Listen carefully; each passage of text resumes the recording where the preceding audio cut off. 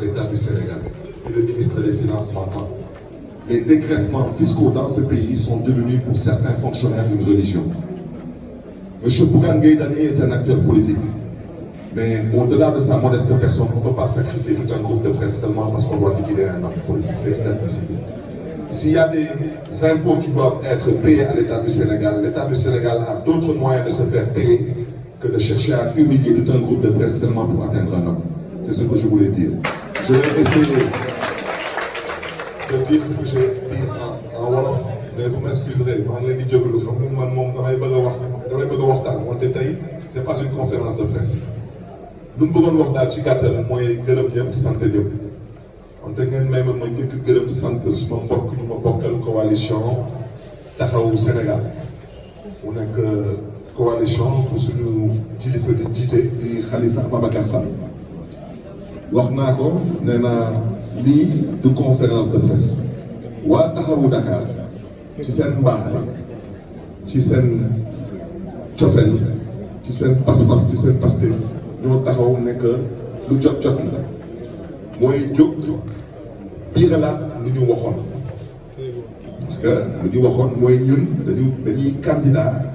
ci mairie de Dakar kooku tey waa taxawu Dakar dañ ko biiralaat fii ci seen résolution bi dañ di ci gërëm dañ di sant ñu waxaat nekk ñoom ñoo déposé depuis le 13 octobre seen candidature boobu nag man maa koy porté man Barthélémy Dias déposé nañ ko nag fu ñu ko naroon déposé mooy ci commission Yewwi Askan Wi bu département de Dakar monsieur Diakhaté bokk ci grand parti moo koy jiite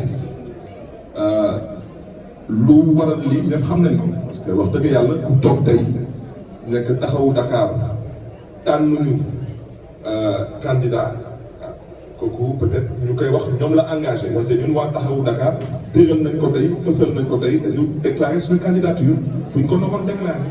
parce que ñun wax dëgg yàlla taxawu Dakar dafa bokk tey ci beneen coalition boobu moom la charte Yewwi Askan Wi jox sañ-sañ bu mën a recevoir ay candidature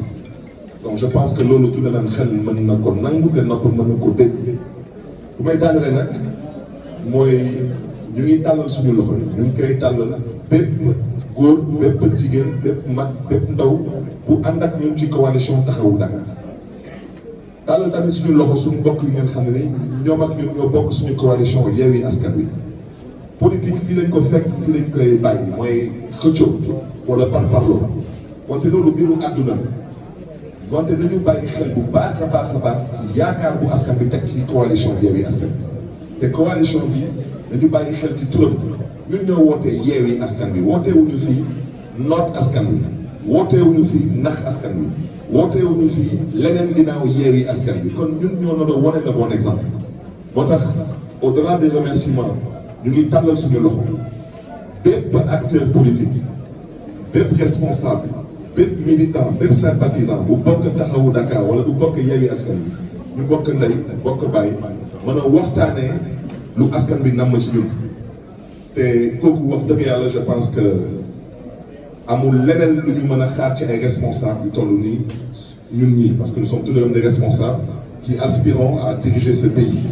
donc xajuñu ci xuloo xajuñu ci xëccoo xajuñu ci yenn ñaawte di gërëm ñëpp di sant ñëpp mais surtout tamit di rafetlu encore la présence du maire Palla Samb parce que dafa demoon ko benn remise de don dalu si waat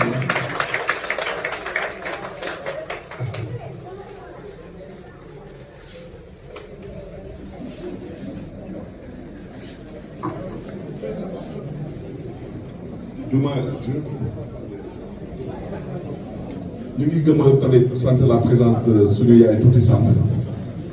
monsieur le maire Palla Samb du Point E est là vraiment je pense que du plateau Parcelles Assainies toutes les coordinations taxawu Dakar se sont mobilisées et j'ai déjà dit su ma tuddee Aïssatou Fall Mbacké tudd Ngoné Mbengue daanaka tudd naa jigéen ñi yëpp tey suñu tante ñoo Tuuti Samb ñu ngi koy gërëm sant ko di ko sant suñu tuddee tey Bassirou Samb tudd Seydina Issa Laye tudd tamit Ndeye Fatou Sarr tudd nañ ndaw yu nga xam ne ñoom ñoo ilif tey ndaw yu nekk biir taxawu Dakar je pense que la présence Je rappelle aussi au passage, malheureusement, Tahaou Dakar n'avait que 16 maires, sur lesquels les 11 nous ont tourné le dos. Il en reste 5. Et Tahaou Dakar, comme vous le savez, ça a été initié par les exclus du Parti Socialiste. Sur ces 5 maires, il y a 3 maires qui sont socialistes. J'en fais partie. Madiop Diop de Grand Yoff est présent. Par le sang de Fan Point est là. Je pense qu'au-delà de ces présences, je pense que les autres, vous les connaissez, que ce soit les Parcelles Assainies, comme j'ai indiqué pour Kotouare, Ibrahim Assiri HLM, Kouline Djoum, député Fini, la presse, tamit, je tenais vraiment à respecter les engagements. C'est une résolution qui a été lue par le département. Et je vous remercie de votre présence. Je vous souhaite beaucoup de courage.